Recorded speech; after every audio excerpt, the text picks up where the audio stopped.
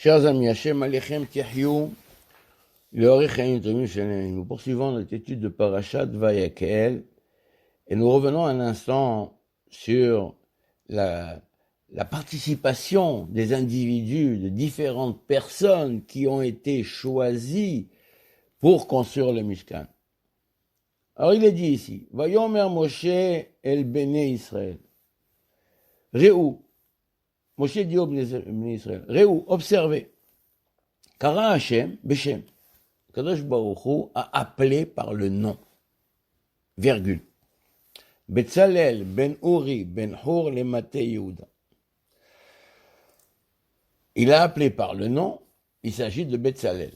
Betzalel, lui, il est de la dimension, il porte dans son nom le Shem Kel.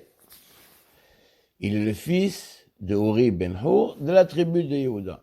Nous remarquons que la tribu de Yehuda, elle contient, le mot de Yehuda contient l'entièreté des 4 lettres du Shem Havaya Baruch Hu. Le Dalet qui lui est associé, c'est la marque de la royauté. Maintenant, le Dalet, lui-même, signifie le pauvre, celui qui ne détient rien de lui-même. Donc, c'est la royauté, elle est accordée au roi par le peuple. C'est-à-dire que le prophète désigne par exemple, quand les enfants d'Israël ont demandé au prophète Shmuel de désigner un roi, alors Kadosh Baruch Hu lui a désigné Shaoul. Après, Kadosh Baruch Hu, Shmuel, c'est qu'il s'agit de Shaoul qui sera roi. Mais avant de le désigner comme roi, il demande au peuple, est-ce que vous voulez de ce monsieur-là comme roi? Donc il faut que la personne qu'Hachem a désignée, à travers le prophète, soit acceptée du peuple. Donc c'est ça le sens du Yehuda avec le Dalet. Après il est dit, Vaïmale oto ruach Elohim. Kadosh Baruch Hu l'a rempli d'esprit divin. Bechokma ou bidvuna ou b'da'at. Donc il y a ici tous les composants de la connaissance. Ou bechol melacha. Comment le da'at justement, il s'agit de réaliser les choses. Comment réaliser les choses. Après il est dit, l'achshov machshavot. Avoir des pensées, penser, réfléchir, méditer. Savoir travailler l'or, l'argent, etc. Après, il est dit, ou l'orot Nathan Belibo, et là on nous informe, les orot, ça veut dire savoir décider, montrer, indiquer aux autres comment il faut faire. Les orot, c'est l'idée de décision, savoir trancher les doutes. Nathan Belibo. Ou Veolia ben Achisamar. Ici, on nous informe qu'il y a un autre personnage qui est associé avec Betzalel, qui s'appelle Aolia ben Achisamar. Lui, il est de la tribu de Dan. Donc, Dan, il est le terme Dan indique la rigueur, le jugement. Donc, il fait partie du Shem Aleph, Dalet, Nun, Yud. Le Shem Havaya, il est écrit Yud Kevavke, mais il est prononcé Aleph, Dalet, Nun, Yud. C'est comme si que le Aleph Dalet Nunut, ce nom est le vêtement qui enveloppe le Shem Havaya. Donc c'est pour ça que Dan, il est celui qui ferme la marche des tribus d'Israël dans leur déplacement dans le désert. Donc il est à l'extérieur. On nous dit les Chachamim que Eliyav ben Achisamar, il va faire les tentures qui sont extérieures, alors que la tribu et Betzalel va concevoir les tentures qui sont à l'intérieur. Donc c'est un partage pour nous indiquer que la tenture, l'essentiel du Mishkan étant le toit, les tentures. Alors les tentures sont forment les éléments supérieurs, les flux font référence au monde supérieur, aux cieux, aux différents cieux, qui influe dans la dimension du physique, la dimension du monde ici-bas. Donc, à l'extérieur, ce qui est apparent, c'est le travail de Eliab. Ce qui est à l'intérieur, c'est le travail de Betzalel. Donc, il y a ici une association et une harmonie entre les deux conceptions des choses. Chacun est faisant son rôle. Revenons maintenant, quel est le sens du mot Réou, observer? Observer, regardez, observez. Kara Hashem Beshem, que le a désigné par le nom. Il ne s'agit pas du nom de Betzalel, puisque le nom de Betzalel est marqué ensuite. Et puisqu'il a dit, il a désigné par le nom, Beshem, virgule, Betzalel ben Ori ben Cho. Il aurait dû dire Beshem Betzalel, avec ça aurait dû être associé, donc il aurait dû avoir un ta'am Mesharet. Il aurait pas dû avoir une virgule après Beshem. On disait Mkoubalim que Beshem fait référence, chaque fois que le mot Shem, Sham, fait référence à la Shekhinah, donc au Malchut. Le Malchut, le concept de la Shekhinah, c'est la multitude d'Israël. C'est l'union de la multitude d'Israël. Donc, la finalité de la désignation de Betzalel, c'est pour permettre la cohésion totale de la multitude d'Israël. Chaque individu étant d'une importance capitale. Mais chacun n'étant rien d'autre qu'un élément du système. Et l'ensemble du système, quand il est harmonieux, quand il est solidaire, quand il y a la concorde, alors c'est l'ensemble de la multitude d'Israël qui forme la Shekhinah. Et c'est ça que Moshe dit, Réou, observer.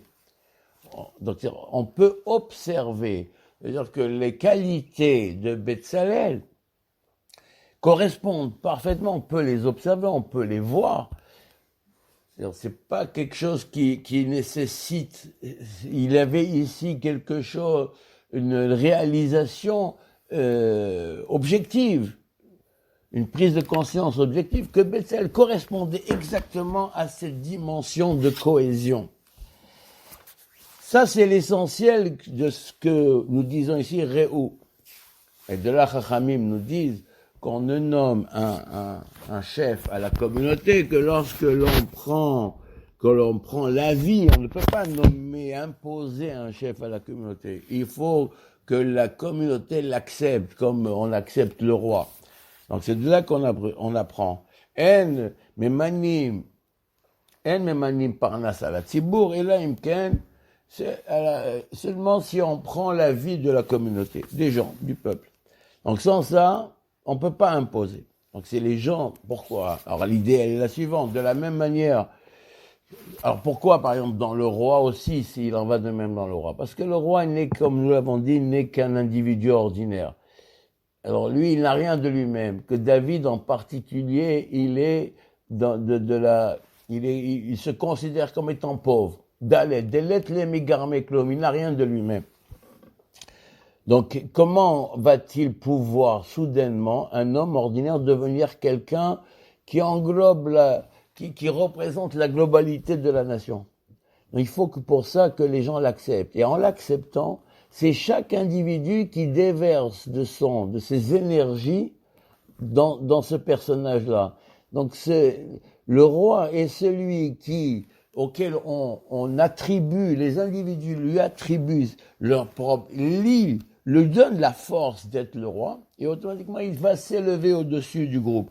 C'est là, il en va de même pour Betzalel. Si vous acceptez Betzalel, alors Betzalel pourra être celui qui fait Beshem. Pourra celui qui fait la concorde. Il contient en lui les qualités, mais il faut que vous l'acceptiez de telle sorte qu'il puisse s'élever au-dessus, que vous le placiez au-dessus de vous, en lui accordant, chacun en lui déversant une part de ses propres énergies. Et si c'est ainsi que ça se passe, nous allons voir que la cohésion est parfaite. Donc nous avons déjà dit que Akadosh Baruch Hu a octroyé à chaque individu une capacité d'accomplir les choses. Alors comment on a su? Chacun est venu parce qu'il a été porté, et Kol Asher Nasa ou Libo. Les gens ont senti qu'ils étaient capables de réaliser. Et chacun s'est affairé à réaliser ce qu'il était capable de faire, comme si que ce que l'un est capable, l'autre il n'est pas capable. Chacun a sa particularité, chacun a son génie, chacun a sa compétence, et la compétence de chaque individu elle est spécifique, de telle sorte qu'il n'y avait pas deux individus capables de faire la même chose. Et ça, c'est la cohésion. En fait, c'est la nature humaine. Chaque individu, il a son génie, et ce que l'un fait, aucun autre ne pourra le réaliser à sa place. Si on est dans cette démarche-là, alors il y a une cohésion parfaite, puisque c'est d'ailleurs ça le sens du Naaseh Venishma. Quand on a accepté la Torah, chacun s'est engagé, le mot Naaseh Venishma, quand Moshe leur dit, vous voulez la Torah, on dit Naaseh Venishma. Nous nous engageons. Alors, mais chacun aurait dû s'engager au singulier et pas au pluriel. Le mot Naaseh, c'est un engagement. Chaque individu a répondu au pluriel, au nom de tous. Parce que justement, ils ont compris cette Nakuda-là. À ce niveau-là, c'est un niveau de connaissance et de compréhension parfaite des choses, que la réalisation de la nation, la finalité, accepter la Torah et réaliser les choses, ça ne peut se faire que par un groupe, par une multitude. Chaque individu ayant des compétences réduites. Chacun ayant des compétences réduites, mais chacun ayant des compétences spécifiques. Le génie de l'un, les individus, de la même manière que les individus, il n'y a pas deux individus qui ont le même visage, Keshem Shepartzufehem Shonim. Alors les Daoten Shonim, les avis, les capacités, le génie de chacun, il est particulier, singulier. Chacun est un monde. Alors, c'est ça ce qui est marqué ici.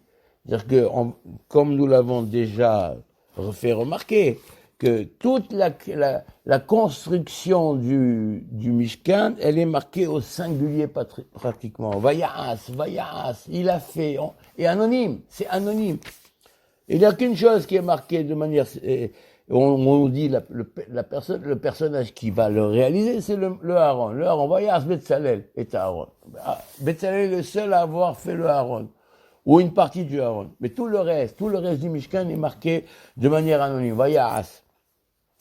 Ça signifie que la construction de la réalisation, la finalité de tout, c'est que chaque individu s'inscrit dans un travail collectif, mais chacun ne faisant en aucun cas, n'empiétant dans le domaine de l'autre, puisque chacun exprimant son génie, en s'épanouissant et en réalisant ce pourquoi il est venu dans ce monde. C'est le fondamental de ce qu'un chacham va dire comme chidouche, il n'y a que lui qui peut le dire. Un autre n'aurait pas pu, si lui ne l'avait pas dit, alors c'est sa part. Chacun a sa part dans la Torah. Chacun a sa part dans ce qu'il peut apporter à la communauté. Et c'est ça l'essentiel. Alors, l'essentiel de tout ça, c'est quelle la kavana, quelle intention les gens ils ont. Alors on a marqué Kol Hashana Saolibo Otana, dont les gens ils ont été portés.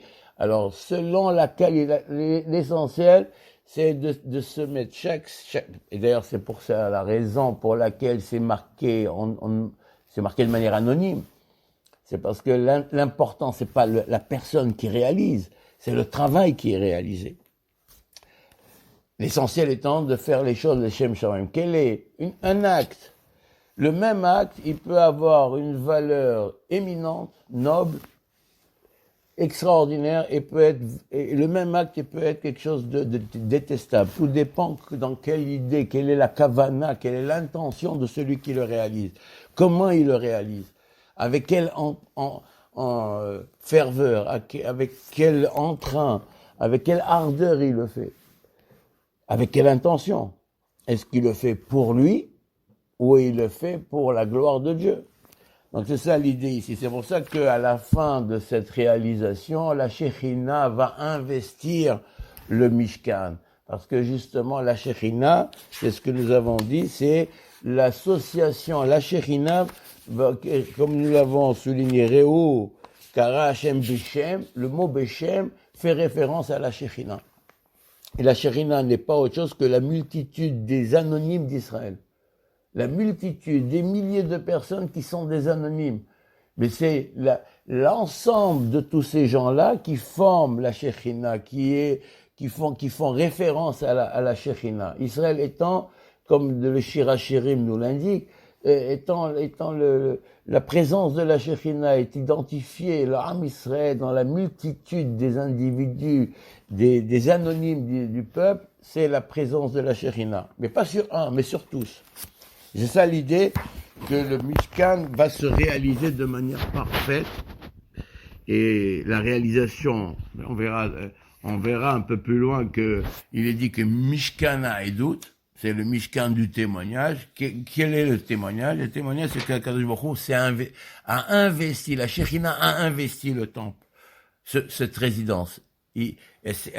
La Shekhinah était visible, et d'autres, on peut en témoigner que la réalisation était parfaite parce que le temple, ce qu'ils ont fait est une véritable résidence pour Akadosh Baruch Hu. Donc il y avait là un sentiment réel, objectif. On pouvait sentir la présence de Dieu, que Dieu a accepté ce qu'ils ont fait. Et tout ça parce qu'on le fait les Shem Shamaï.